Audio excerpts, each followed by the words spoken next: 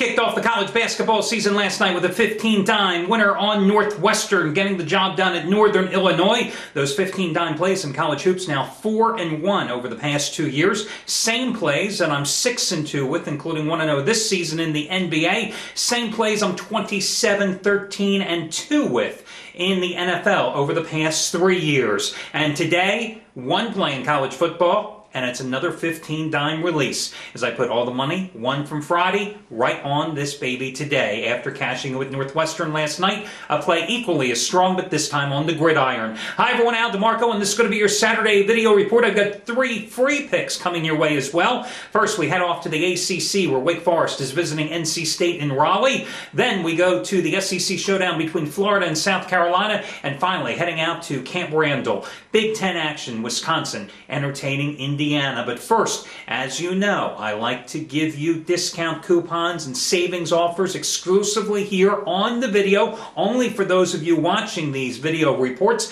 Did it last week on Saturday and Monday. It's Saturday. I want to do it again. Guys, here's the coupon code. November 25. November 25. Save $25 off any purchase you make today or tomorrow. It's a single purchase you make today or tomorrow, so you don't have to use the coupon today. You can save it for tomorrow's NFL action. You don't have to purchase my plays either. You can purchase anybody at the site using November 25. No space between November and the number 25 when you enter it in your shopping cart. And guys, before I get to my free picks, let me just also say, you should check out Derek Mancini. Last Saturday, hitting his first ever 100-dime release in college football. And this guy has been the hottest handicapper at this site, bar none, over the past 3 weeks. Look at his page. Look at how much money he's made you in football. Look at how much money he's made you in all sports combined over the past 5 months. Yes, 5 months. But guys, he hit his first ever 100-dime college football release last Saturday. Texas A&M, home dog, outright upset against Oklahoma. That was on the heels of hitting his first ever 100-dime NFL release 2 Mondays ago, with Indianapolis in revenge at home getting the job done against the Houston Texans. Today, third ever 100-dime play, second ever in college football. And guys, just a quick note, he's only had 4 100-dime plays. 2 this summer in baseball, and the college football and the NFL plays I just told you about. 4-0 sweep. 4-0 sweep. And today, he's got another 100-dime release. It's on your SEC game between Florida and South Carolina. Get it now. That's Derek Mancini. And again, that discount coupon code is November 25. As for me, college football, 22-13-1 run over the past 8.5 weeks. And today, as I said, 15-dime release. And guys, I can't tell you the matchup because I think this is going to be one of the biggest blowouts on the board. Just like last night, college basketball, Northwestern, my opening college blowout of the year. This is going to be my college football double-digit blowout of the year. That is my lone release. And again, it is a 15-dime play, and you know what I've done with those plays as I recapped at the beginning of this video. Let's get now to your free picks. First up, NC State last week, losing 14-13 at Columbia, in a game in which their defense played spectacularly, holding the Clemson Tigers to just 260 yards in that contest. I like them to rebound today at home against a Wake Forest team that's 2-10 against the spread their last 12 games on the road. A team that's 7-16 versus the odds makers in the month of November on the highway over the past 6 years or so. Plus, this is the home finale for NC State this year, and it may also be the home finale and the final home game for their outstanding quarterback, Russell Wilson. Now, he's a junior, but he's undecided as to whether or not he's going to be coming back to school next season. So, Russell Wilson, of course, you know how I've touted his talent so many times over the past couple of years. I think he's one of the most underrated quarterbacks in the country.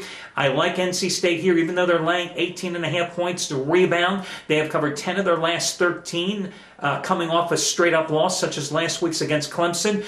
This Wake Forest team losing last week at home to a bad Boston College team, 23-13. They could not stop Boston College's Montel Harris, who's still running through their Swiss cheese defense. And remember, this is a Boston College team that NC State demolished in triple revenge earlier this year, a play in which I had the Wolfpack that day.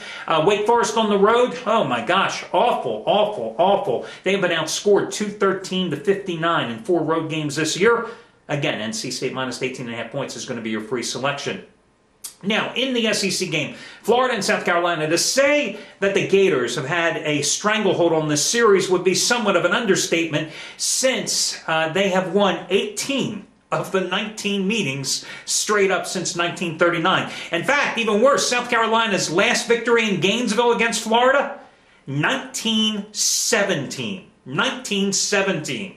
Now, South Carolina got its ass whooped last week at home by Arkansas, 41-20, while Florida was beating up Vanderbilt 55-14, and that was after a 34-31 overtime win against Georgia in Jacksonville a week earlier. You know, Florida's going with that three-headed monster at quarterback. John Brantley, the better throwing quarterback of the trio, Trey Burton, who's more adept at running the option, and Jordan Reed, who is a little bit of everything, a very good passer, probably would have seen a heck of a lot more action this year at quarterback if he wasn't injured during summer drills. Also sees action as a kick returner, as a wide receiver, played a heck of a lot against Vanderbilt last week. You know, before the bye and before the consecutive wins, blowout wins against Florida and, against Vanderbilt and Georgia, this was a Florida offense that was averaging 14 points a game and 294 yards an outing.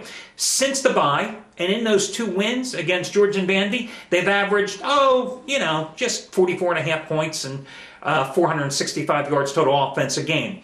The winner of this game, of course, it's for all the marbles. The winner gets to claim the SEC East title and advances to the SEC championship game, where at this point looks like they could possibly be taking on Auburn. I like Florida to win this game. However, I think this is too generous of a point spread. The Gators laying 6.5 at home. Let's face it, they beat up Vanderbilt and Georgia, two teams that aren't known for their defenses, right? And putting 55 on the board against Vandy and Nashville, big deal. Is that such an accomplishment? South Carolina last week, I'm not going to say the Arkansas game was a nothing game, but it was a nothing game in terms of the SEC East title, which is all they're playing for.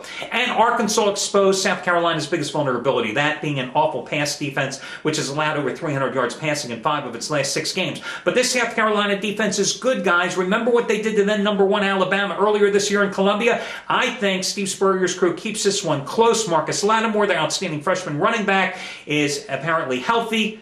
I think it's a 3 or 4 point game, so I would grab the 6.5 with South Carolina. Finally, we head out to Camp Randall Stadium out in Wisconsin in Big Ten action, where the Badgers are laying 21.5 against Indiana. This Indiana team, coming off 2 heartbreaking home losses. 2 games ago, they lost by 3 to Northwestern, 20-17 in Bloomington. And then last week, they had Iowa on the ropes, but they couldn't deliver the TKO. They allowed Iowa to escape in that contest with an 18-13 win. They come into this game 0-5 straight up in Big Ten action. They've lost 5 of their last 6 games overall. Wisconsin last week, got a wake-up lesson. A little learning lesson, because they pretty much sleepwalked through the first half of their game against Purdue before opening it up and taking care of business. The thing that really impresses me about the Badgers this year, they're just not a running team. Yeah, they've got the big offensive line, they run the ball effectively, but they've got a passing attack, and it's a nice mix. They're averaging 216 yards rushing a game, 194 yards passing a game. They ran for 735 yards the last 2 years against Indiana.